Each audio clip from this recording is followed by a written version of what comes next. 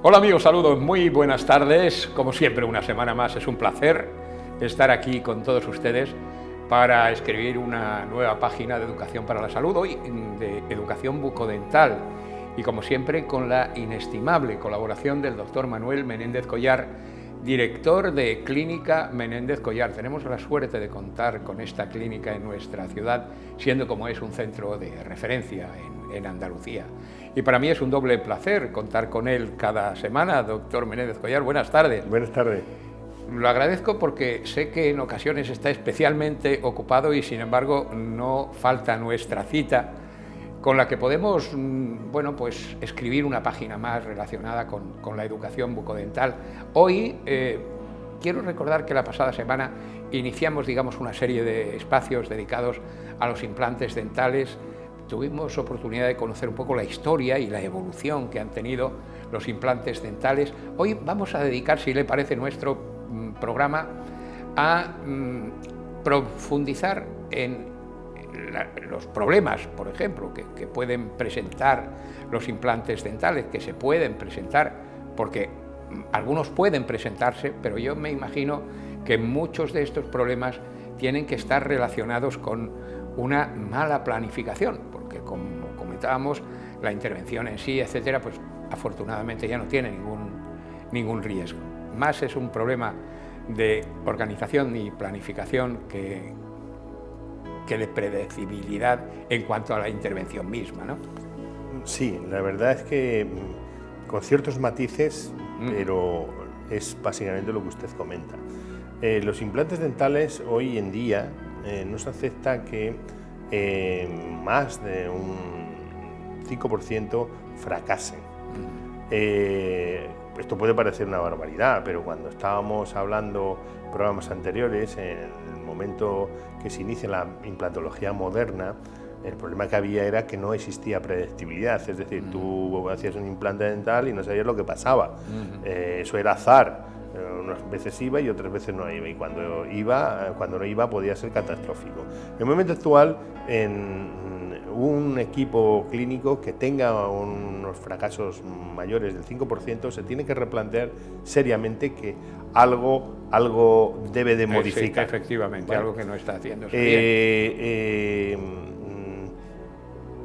Dicho todo esto, dicho que los implantes dentales es una de las técnicas más predecibles de la medicina moderna, se pueden dar problemas. El 80% de los problemas en implantes dentales se dan por un deficiente diagnóstico y una mala planificación.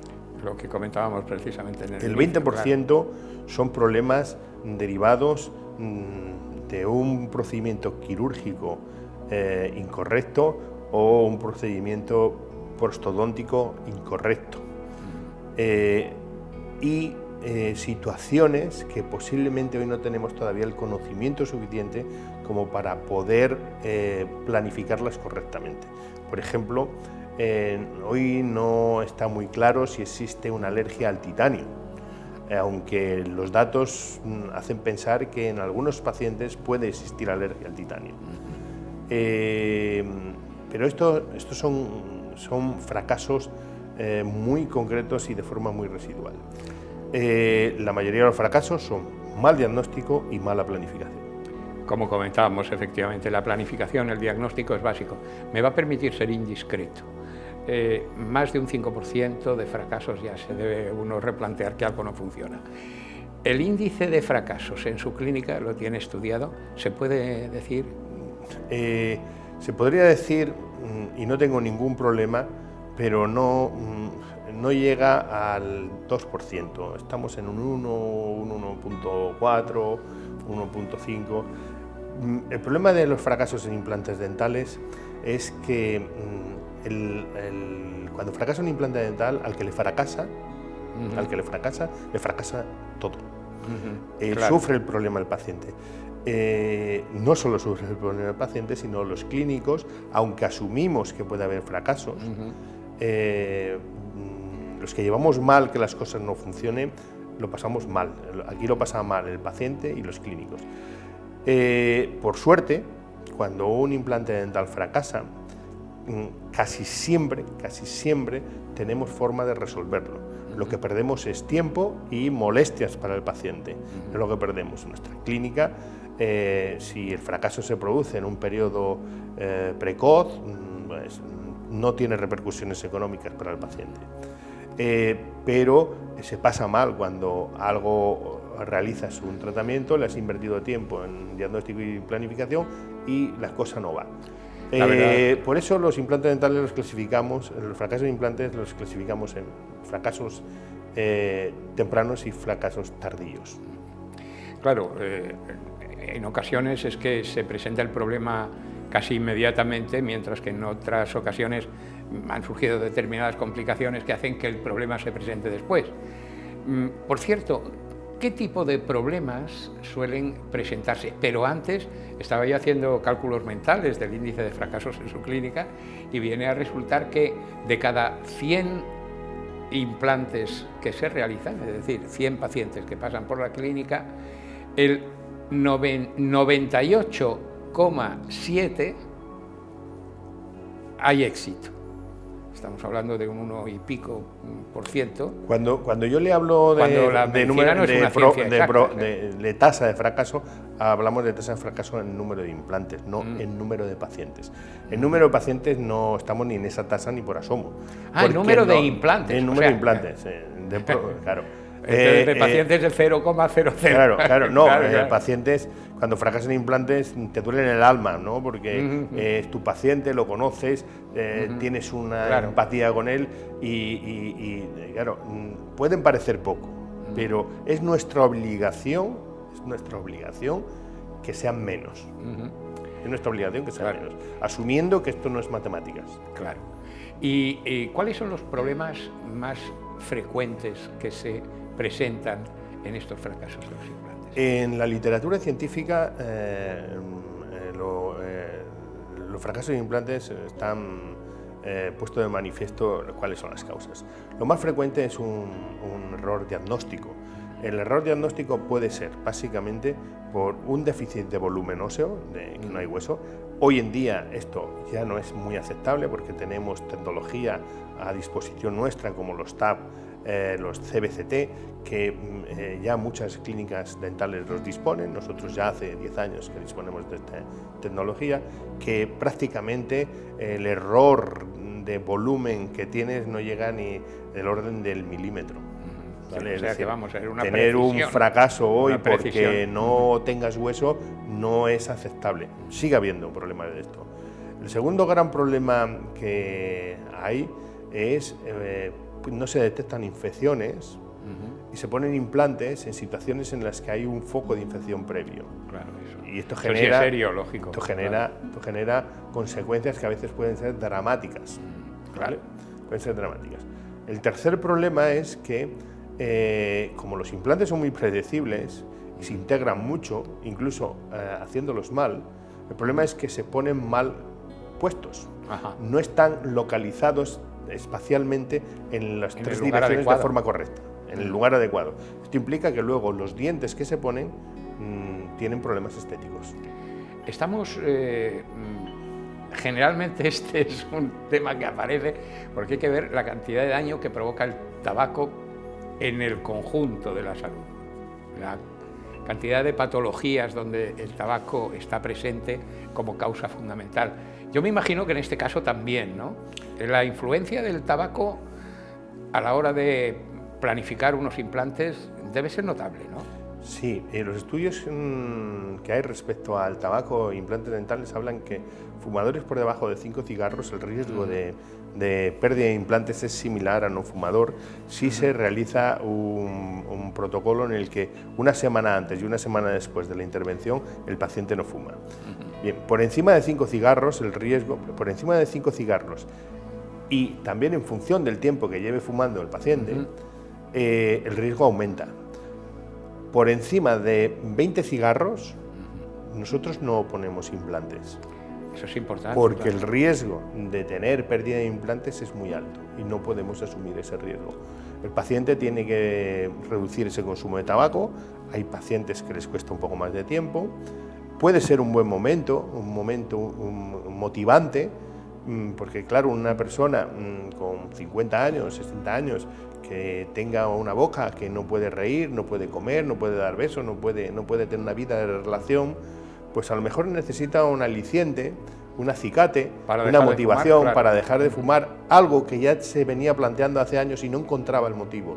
Nosotros tenemos muchos pacientes de estos, que ya no solo están agradecidos por el tratamiento dental, sino por haber encontrado una forma. El dentista tiene digamos, una obligación en cuanto a salud en general, y una de ellas es influir en el tema de deshabituación del tabaco. Claro, pues eso es importante, muy importante, efectivamente. ¿Cómo influye el tabaco?, me preguntaba usted.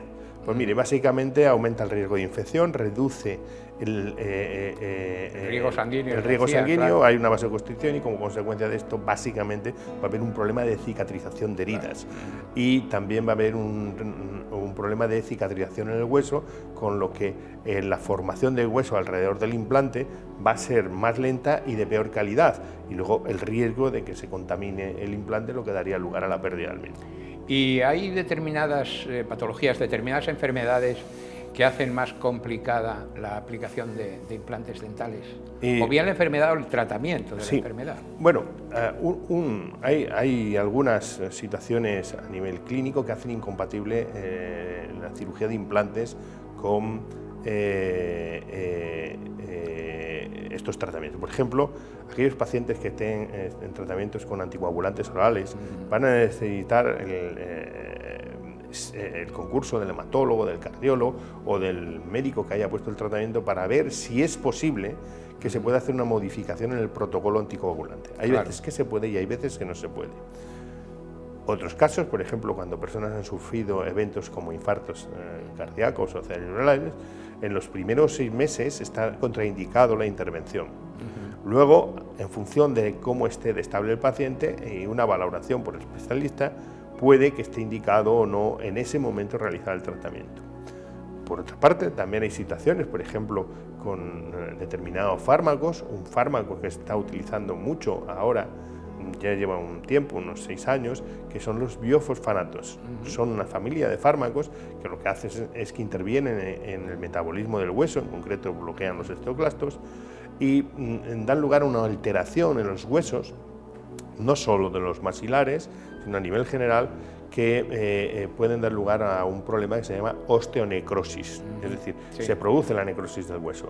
Entonces, eso los dentistas lo empezamos a ver hace años y nos llamaba la atención que tras la extracción de un diente o un implante dental tenías una infección catastrófica y muy rápida. Lo vivimos y lo sufrimos. Hoy en día, un paciente que esté con biofosfanatos, también depende de la vía, del tiempo que lleve con el fármaco y la enfermedad por la que esté tomando ese fármaco, el riesgo de osteonecrosis es más alto o menos alto. Claro. Una vez que se reduce o se elimina la toma de estos fármacos, hay que esperar un tiempo para valorar, ya existen pruebas diagnósticas con cierta capacidad diagnóstica que nos permiten valorar cuánto riesgo tiene ese paciente después de haber estado a tratamiento con estos fármacos a la hora de poner un implante dental o hacer una extracción dental. Estamos viendo que efectivamente hay casos, afortunadamente, no demasiados, pero en los que el tratamiento de implantes dentales se hace prácticamente imposible. Sí. Luego hay otras situaciones, y me lo va a permitir, que se tienen menos en cuenta, pero son aquellas situaciones en las que, aun habiendo hueso y aun habiendo una situación de salud que pudiera permitir colocar implantes dentales, la posición de esos dientes en la boca, pues una vez que se colocara sobre los implantes la prótesis, daría lugar a un problema estético o un problema funcional. Entonces no tiene sentido colocar unos implantes dentales y luego unos dientes no se van a poner. Mucha gente dice, ¿y eso cómo puede ser? Pues puede ser y nos lo encontramos a diario. Tratamientos que se han realizado sobre implantes que son antiestéticos y antifuncionales. Es decir, una vez más, una falta de una correcta planificación que hace que después de haber instalado el implante, el diente no se pueda poner porque efectivamente no estaba bien colocado. Es tremendo. ¿Qué problemas, ya para cerrar el programa, son los que puede presentar el fracaso de un implante dental?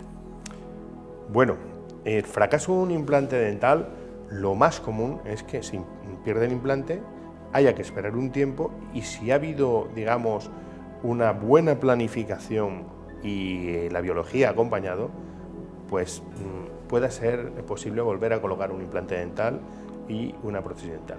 Hay casos en los que se hace la explantación y, por ejemplo, no se preserva el volumen de hueso, luego te encuentras con que no tienes hueso y tienes que regenerar ese hueso, hacer injertos. Hay veces que no se puede porque hay un proceso infeccioso y no puedes hacer una preservación mediante una regeneración ósea y tienes que esperar a que eso cicatrice y te puedes encontrar que luego no tengas hueso. Y puede implicar un procedimiento de regeneración ósea mediante injertos.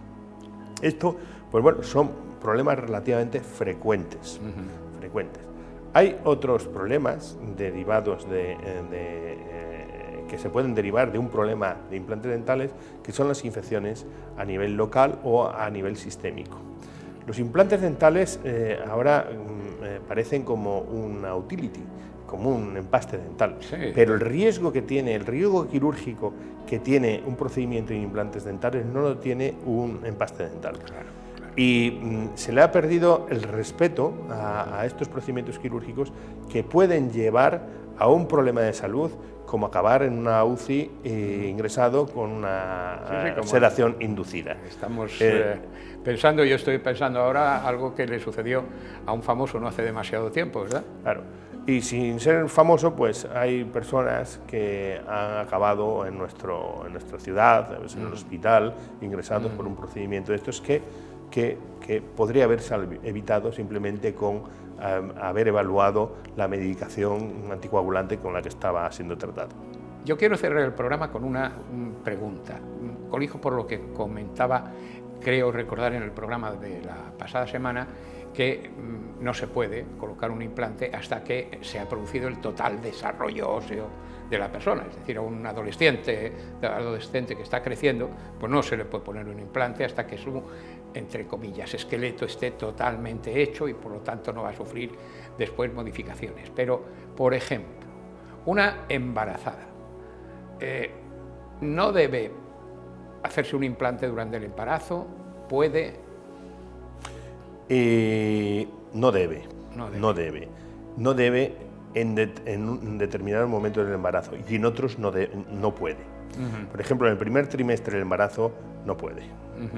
¿Por qué? Porque no es una cosa urgente, se puede diferir. Claro. A partir del segundo trimestre del embarazo podría, pero ¿para qué quiere riesgos? Claro. ¿Para qué se quiere meter en camisas de 11 varas? ¿Qué es lo importante durante ese periodo? Lo importante durante ese periodo es la salud de la madre y la salud del neonato. Los implantes dentales pueden esperar, simplemente sirven para soportar un diente y se pueden buscar soluciones para poner un diente de forma temporal o incluso pues te quedas con la mella. Claro. ¿Por qué? Porque siempre hay que valorar qué es lo importante. Y lo importante en un embarazo es la madre y el niño. Claro. Mayor sensatez no cabe. Muchas gracias, doctor Méndez Cuéllar. Muchas gracias por habernos acompañado una semana más. Gracias. Amigos telespectadores, gracias de verdad por la atención que nos han prestado. Hasta dentro de 7 días en los que estoy seguro ustedes nos van a permitir volver a colocarnos en el salón, en la sala de estar de su casa y acompañarles durante 15 minutos con este espacio de educación para la salud. Hasta entonces, les deseo una espléndida semana. Saludos y hasta dentro de 7 días.